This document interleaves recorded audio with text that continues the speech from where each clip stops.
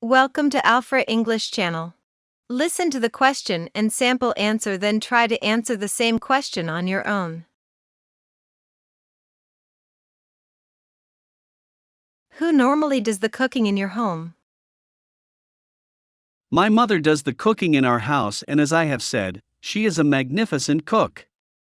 I often compliment her and inspire her to start a restaurant in the city, and she always laughs hearing this. Sometimes, my elder sister Emma assists my mother in the kitchen.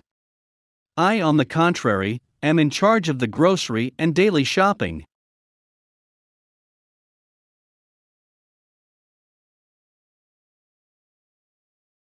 You can share your answers in the comment below.